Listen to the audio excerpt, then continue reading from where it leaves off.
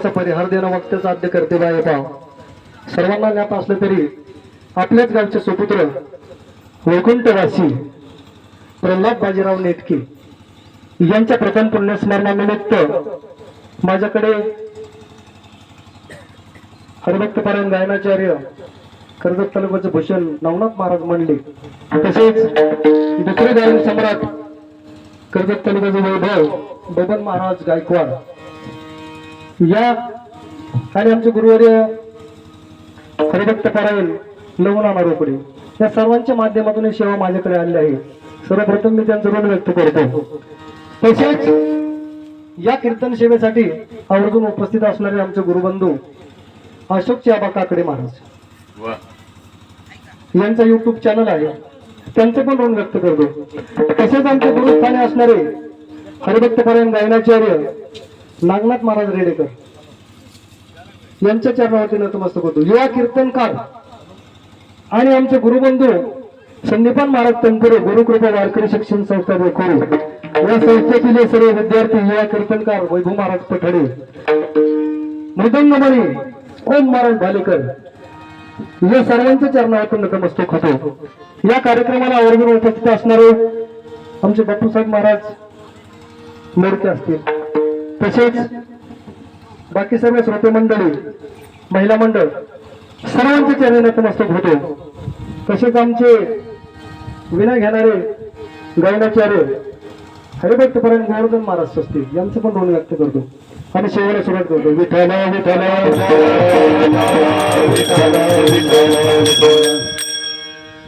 आज 1 वर्षापूर्वी वैकुंठवासी प्रल्हाद बाजीराव नेटके यांच्या जाण्यानं या नेटके परिवारावरती जो आघात झालेला आहे, दुःखाचा डोंगर कोसळलेला आहे, यामधून सावरण्याची शक्ती बुद्धी त्यांचे दुःखांकितामध्ये त्यांचे चिरंजीव सोमनाथ प्रल्हाद नेटके यांना त्या परमात्म्यानं शक्ती बुद्धी द्यावी आणि त्या गेलेले जे वैकुंठवासी प्रल्हाद बाजीराव नेटके आहेत त्यांना आपल्या चरणाची जागा द्यावी असं मी पांडुरंग परमात्मा व सद्गुरू बोधडा महाराजांच्या चरणी प्रार्थना करतो. विठ्ठल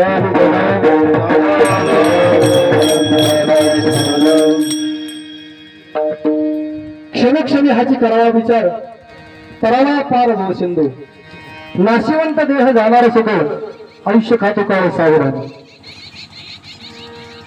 अभंगाचा भावार्थ असा आहे, महाराज म्हणतात प्रत्येक क्षणाला आपण विचार केला पाहिजे. कशा करता केला पाहिजे तर हा देह नाशिवंत आहे, एक ना एक दिवस जाणारच आहे.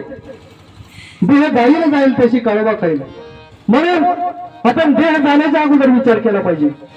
विचार करायचं कारण काय तर नाशिवंत देह जाणार सकळ आयुष्य खातं काळ सावधान. आपलं हे आयुष्य ना क्षणाक्षणाला तो काळ भगवान कमी करत आहे, खात आहे. घडी घडी काळ वाटे याची पाहिजे अजून किती अवकाश, म्हणून नाशिवंत देह जाणार सकळ आयुष्य खातो काळ सावधान. मग त्याच्यामधून जर आपल्याला सुटका करायची असेल तर आपण साधन कुठलं वापरलं पाहिजे, साधना कुठली केली पाहिजे तर पुढील चरणात सांगतात, संत समागमे भरावे आवडी करावी तातडी परमार्थी. संतांचं समागम केलं पाहिजे, संतांच्या सानिध्यात गेलं पाहिजे, संतांनी जी शिकवण दिली आहे त्या शिकवणीचं आपण आचरण केलं पाहिजे, त्या पद्धतीने वागलं पाहिजे, तरच आपण या दुःखातून मुक्त होऊ शकू. म्हणून महाराज म्हणतात संत समागमे भरावे आवडी करावे तातडी परमार्थाची.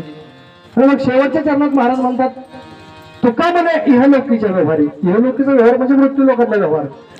या संसारामध्ये तुकाराम महाराज म्हणतात तुका म्हणे इहलोकीच्या व्यवहारी नका डोळे धुरे भरून राहू. डोळे धूर गेल्यासारखे राहू नका, कारण डोळ्यामध्ये धूर गेल्यानंतर आपल्याला काय दिसतं का? स्वस्ती महाराज, हा स्वस्ती महाराजांसाठी स्वस्ती महाराजांनी अतिशय सुंदर साऊंड सिस्टम दिलं आहे, त्यांच्यासाठी बघता. मग महाराज म्हणतात जर तुम्ही डोळ्यात धूर गेल्यासारखं जर वागलात आपल्या जीवनामध्ये, जर त्या पद्धतीने तुम्ही आचरण केलं तर मग आपल्याला आपल्या जीवनामध्ये सुख प्राप्ती होणार नाही, आपल्याला मुक्ती मिळणार नाही. म्हणून महाराज म्हणतात तुका म्हणे हे लोकीचे व्यवहारे नका डोळे धुरे भरून राहू, कारण हा देह नाशिवंत देह जाणार सकळ आयुष्य खाते काळ सावधान. विठ्ठल विठ्ठल.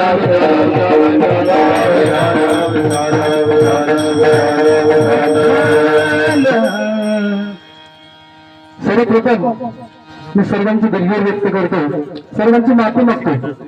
कारण आज माझं काम इंद्रिय देणार आहे सगळीकडे. आपल्याच गावातील माता वैकुंठवासी गीताबाई पंढरीनाथ शिंदे यांचं आज प्रवचन होतं शुभेटून तिथे त्यांच्या 10व्या दशक्रनिमित्त. ज्यावेळेस आम्ही प्रवचन संपल्याच्या नंतर गाडीकडे आलो तर गाडी पंक्चर निघाली. म्हणजे देव सुद्धा परीक्षा घेतो. पंक्चर काढायला सिद्धटेक मध्ये फिरलो तर 2 दुकाने बंद होती. 3ऱ्या दुकाने गेल्याच्या नंतर आम्हाला ते दुकान उघडं सापडलं. एक व्यक्ती देवासारखे भेटले, त्यांनी आम्हाला मदत केली म्हणून इथपर्यंत येणं झालं. नाही तर आज कीर्तनच नको. म्हणून मी सर्वप्रथम सर्वांची दिलगिरी व्यक्त करतो आणि शेवट सुरुवात करतो. विठ्ठला विठ्ठला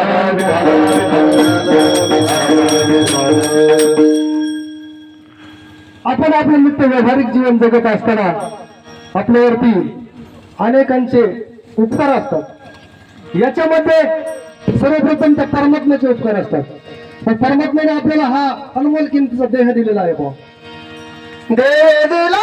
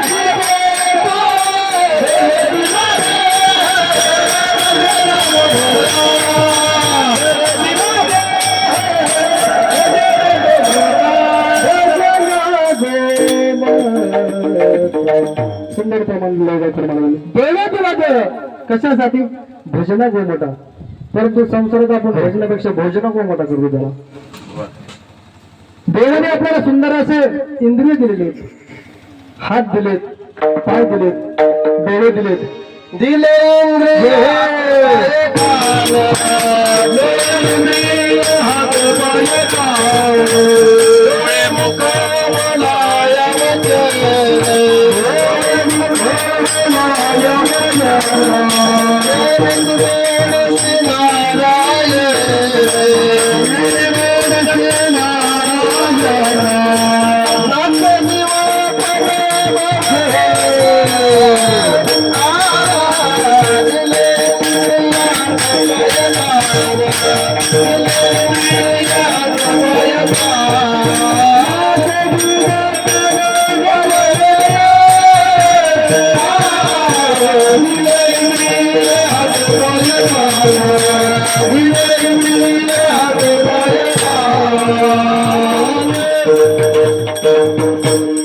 इंद्रिय, हात, पाय, कान, डोळे, मुख, बोलावे वचन, त्याने तू जोडीशी नारायण नसे जेतन भवरोग. एवढे अनमोल किमतीची इंद्रिय दिलेत ना, मग आपण त्या परमात्म्याचं नामस्मरण चिंतन केलं पाहिजे. कारण आपण जीवनामध्ये आल्याच्या नंतर